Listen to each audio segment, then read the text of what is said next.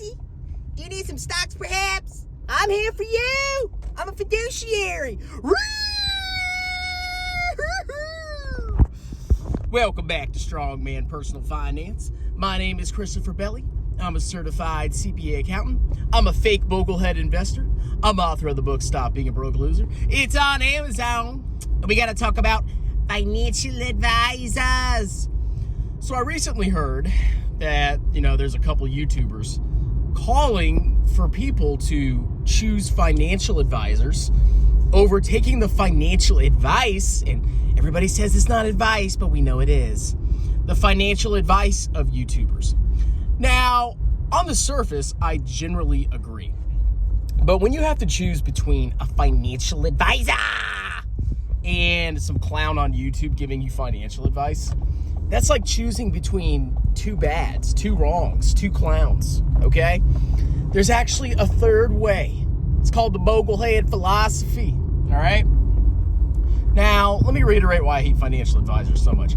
I used to be one. I was very briefly a financial advisor. I lived in Germany with my ex-wife. She was in the army.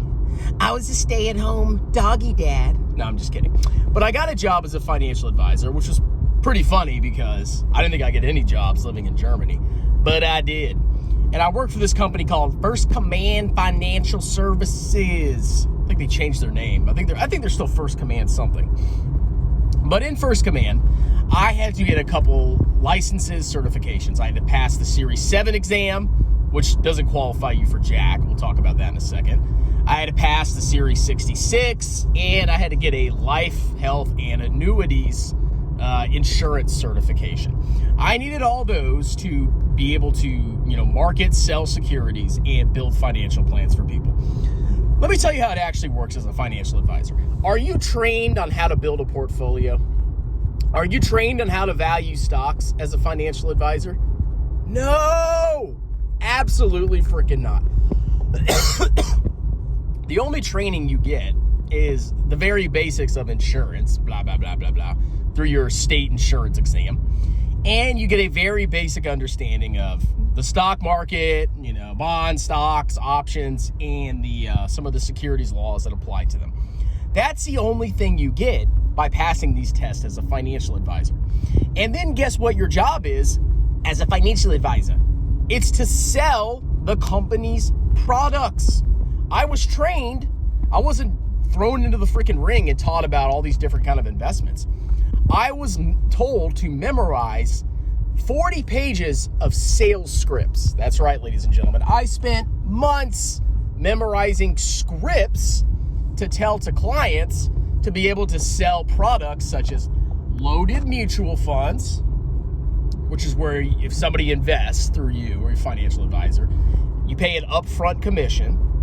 I was trained to sell whole life insurance, which is a permanent insurance policy. You basically pay the premium your entire life. You build up a cash value, and then if you pay the policy till the end of your life and you die, your beneficiaries get the death benefit. It's completely different than term. That's what I was trained to sell. That's it. That's the whole point of the training of a financial advisor. Now, there may be some financial advisors out there that know how to build a proper portfolio, okay? But the vast, vast majority are just trained salesmen. Most of portfolio planning is done in the back office. So when I was an advisor, I would build a plan. I'd punch in all the clients' numbers. I collect all their data. How much do you make? Blah, blah, blah. What's your investing goals? How much do you want to save? How much insurance? And I would submit the plan to my home office. And then there would be like these CFPs in the home office that would actually approve the plan. And then at that point, you would do your final sales pitch. But at no point was I sitting there like, oh, well, you should buy this stock and avoid this stock. No, it's all done on the freaking back end. And they basically approved anything. Like, I don't even know what their process was. But that's all financial advisors do, okay? And the horrible thing is they charge you a fortune.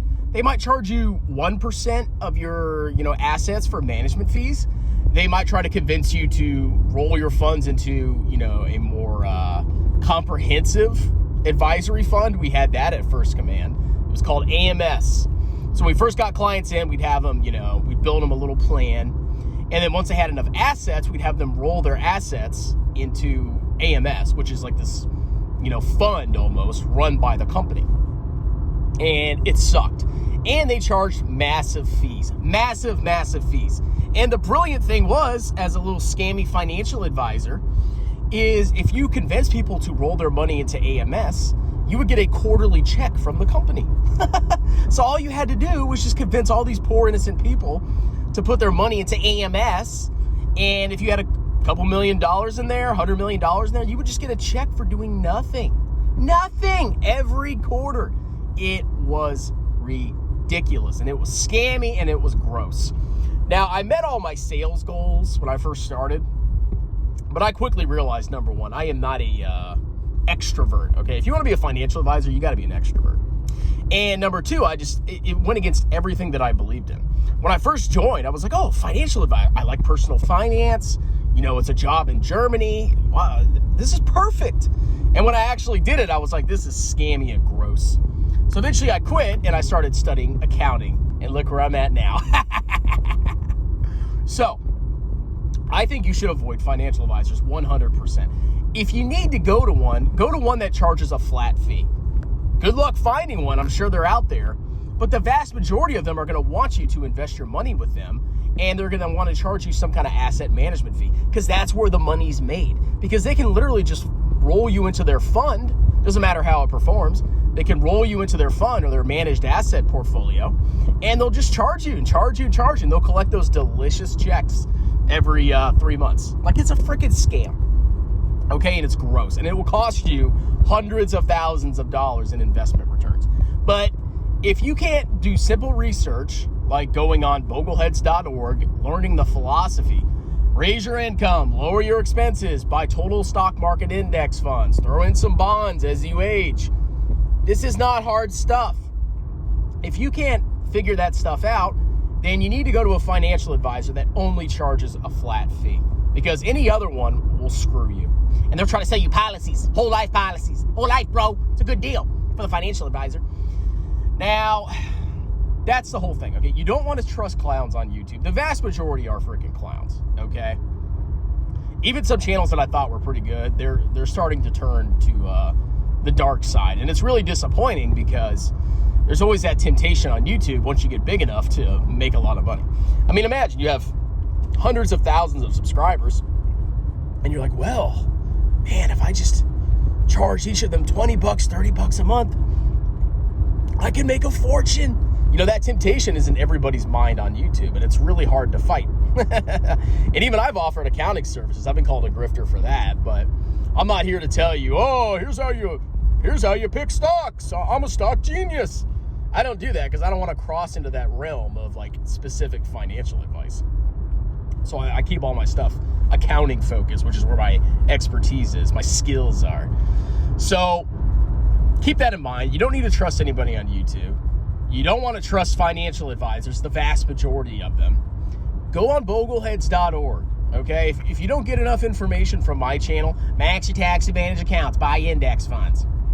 If that's not enough, go on bogleheads.org. If you have questions, you can post in the forum there. You can also go on the subreddit. There's like hundreds of thousands of people in the Bogleheads subreddit. You can ask questions there, and people will answer your questions.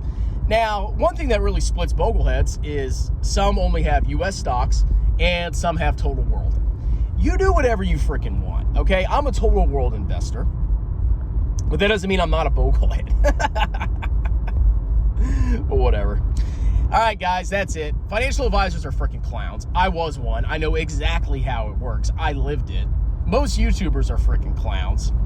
The only place that, you can be 100% safe, and at least I give it my endorsement, is Bogleheads. Bogleheads.org and the Bogleheads subreddit. And make sure you actually read the philosophy and draw your own conclusions. All right, guys, that's it. Hope you enjoyed the video. Financial advisors are scum, and I'll talk to you later.